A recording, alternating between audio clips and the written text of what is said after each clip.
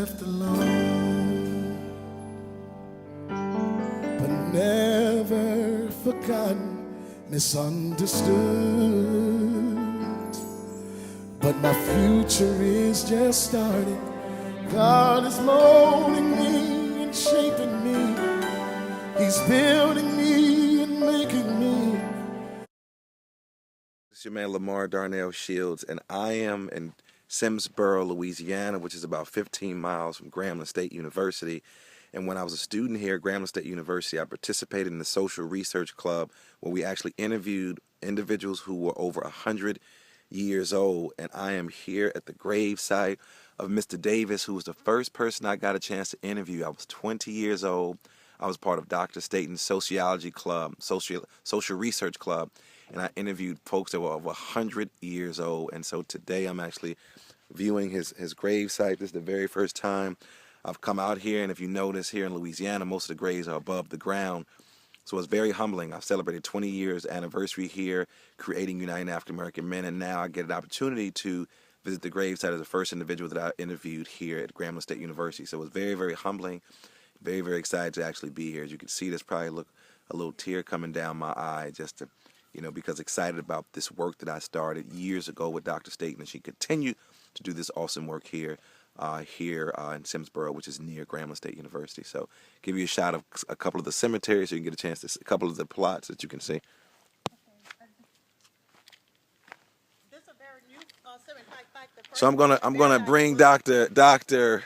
Staten over here. She's gonna talk about, just tell us why we're out here and why this project is so important to you.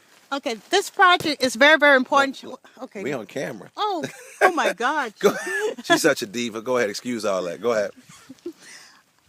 Dr. Staten from Grambling State University is here with my beloved student. That would be me. Lamar Shields. We are here remembering our first senior informer of the Longevity Project, Mr. Eugene Davis, who introduced us to his... That's a better view. Okay. Who introduced us to his 98-year-old uncle, Mr. Willie Davis, who lived to be 100 years old.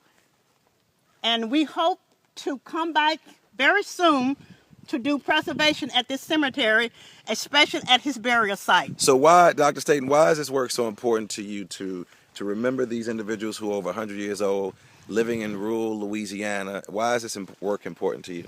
I want people to remember the contribution of these great, outstanding individuals. With their wisdom, we're able to continue the legacy of our ancestors. It's through the knowledge they have transmitted to us, to the wisdom they have given to us. That is why it's so important to inform the young generation of how hard they work to get us to where we are today. Thank you. And so you see, I'm here, 20th anniversary of my organization, United African American Men.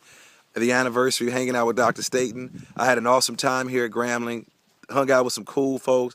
But again, for those that knew me, even though I partied with the purpose, and I came back to where it all started. Unfortunately, I didn't get a chance to see Dr. Brooks. He crossed over a couple of years ago, who created an awesome language program that really got me into speaking languages and traveling across the country. And now I'm here with my old teacher who taught me a whole lot, even though I was not a sociology and psychology major. We stayed connected.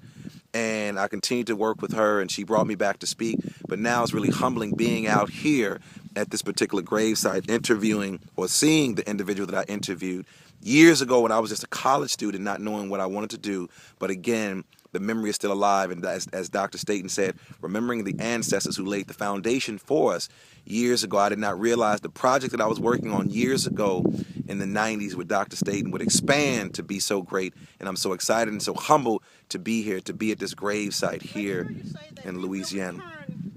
And we're going to return. We're going to return for the African American Preservation Cemetery Project. And so I'm going to be reaching out to you guys to raise funds to continue to build and to continue to preserve the great history of our ancestors for the work that they've done.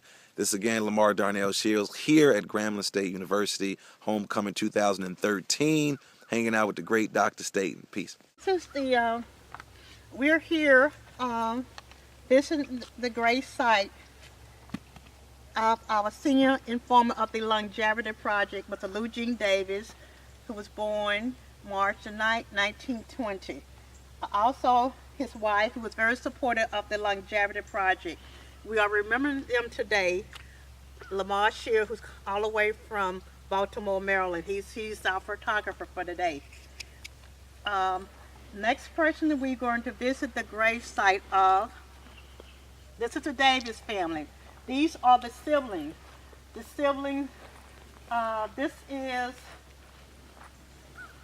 Mr. Willie Davis, who was the first participant in the Grambling Longevity Project in 1993.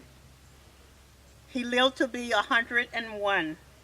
When we interviewed him, he was 98 years old. The person who is shooting this video is Mr. Lamar Shears. He was the person that conducted the interview along with Bardrell Mosley and Rochelle Reynolds. Also, the sibling, Rebecca Davis Pruitt, who is the sister of Mr. Willie Davis. They were the first participants in our longevity project. She was in her 90s and he was 98. These siblings lived to be centenarians, and we are here to remember them.